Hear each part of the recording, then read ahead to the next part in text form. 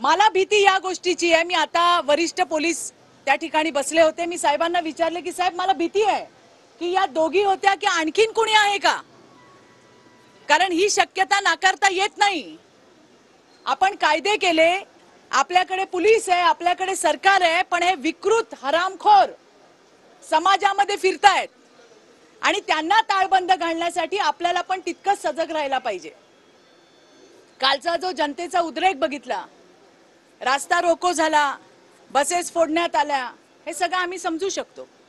पण मला आश्चर्य आहे की आता स्थानिक आमदार आमचे कथोरे साहेब हे अगदी मला वाटतं सुरुवातीपासून तर शेवटपर्यंत काल संपूर्ण त्या प्रक्रियेमध्ये होते, त्याच्या आधी पण होते।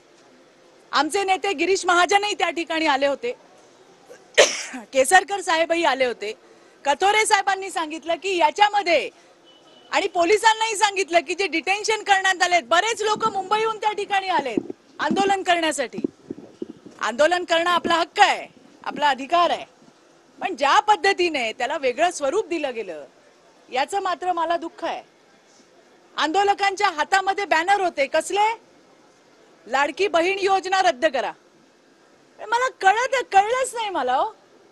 मी पण 26 वर्ष या क्षेत्रामध्ये आहे।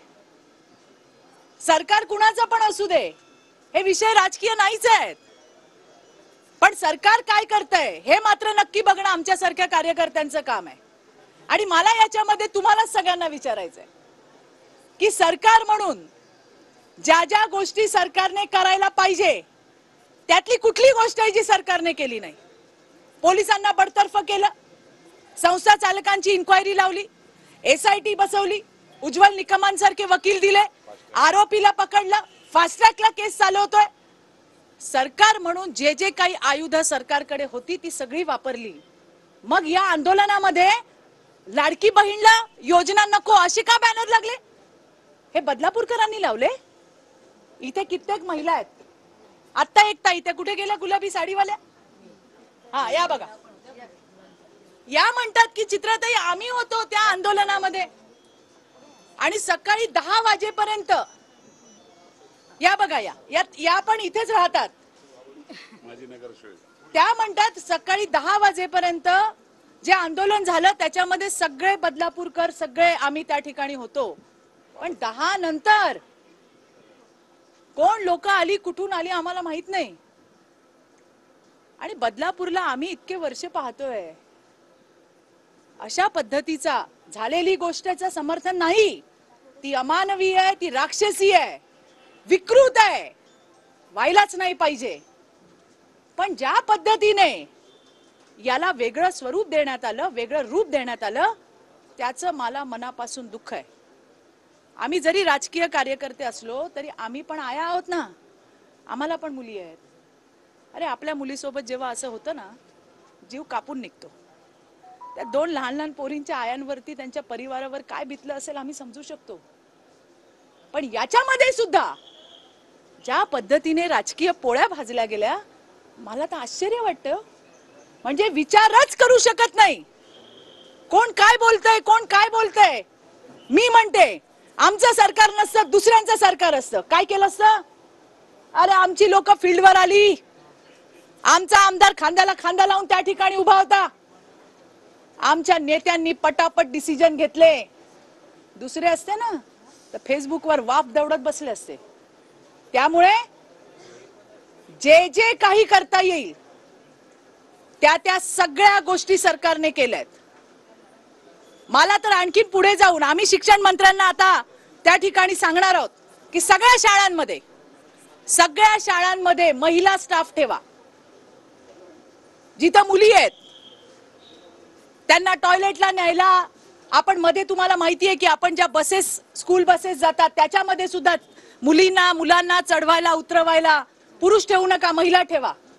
आणि आता सुद्धा आम्ही हे सांगणार आहोत, शाळेचं चुकलंच की एका पुरुषाला त्यांनी अशा पद्धतीची जबाबदारी दिली, त्याची इन्क्वायरी होईल, तो आणखीन वेगळा विषय आहे। कुणालाही सोडणार नाही। राज्याचे गृहमंत्री अत्यंत सजग आणि सक्षम असे गृहमंत्री आहे आणि देवेंद्रजींनी कालपासनं, परवापासनं सतत पोलिसांच्या संपर्कात आहेत। ठाणे पोलीस आयुक्तांना सततच्या सूचना देत आहेत. कुणालाही सोडलं जाणार नाही, कुणालाही पाठीशी घातलं जाणार नाही. परंतु ज्या पद्धतीचं याच्यामध्ये राजकारण केलं गेलं ते मात्र खूप वाईट आहे.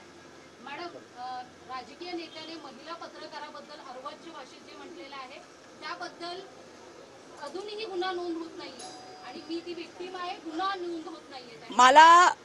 मी पोलिसांशी बोलते. मला हा मुद्दा आता तुम्ही सांगितला, पण मलाही तुम्हाला सांगायचंय, कोणी पण असू दे, ज्या वेळेला असं आपल्याला कोण बोलतं तुम्ही का नाही थोबाड फोडलं, तिथल्या तिथे थोबाड फोडायला पाहिजे होतं.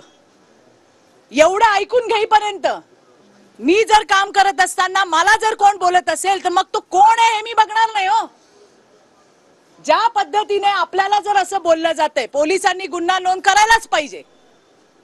पण मला एक महिला म्हणून वाटतंय सगळ्या ठिकाणी पोलीस पोलीस पोलीस करून कसं जमेल.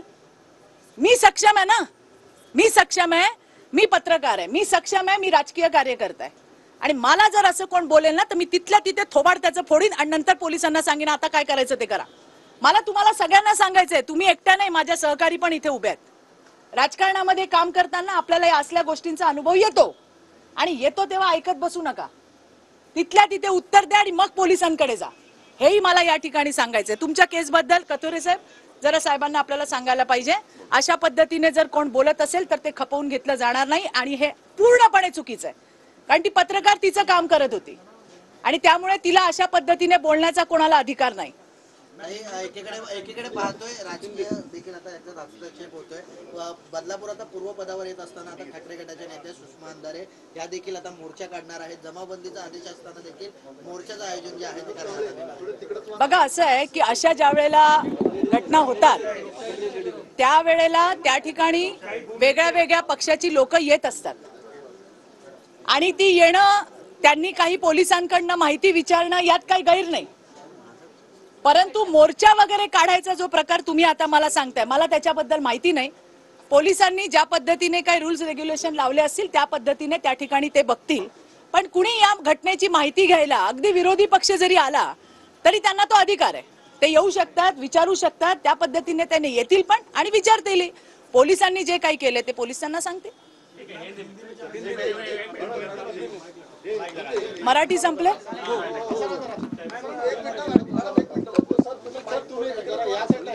देखिए, ये जो घटना हुई है इससे हमें भी बहुत बड़ी आहत पहुंची है. हम राजकीय कार्यकर्ता बाद में हैं, हम भी एक महिला है, हम भी माँ हैं, हमारे भी बच्चे हैं.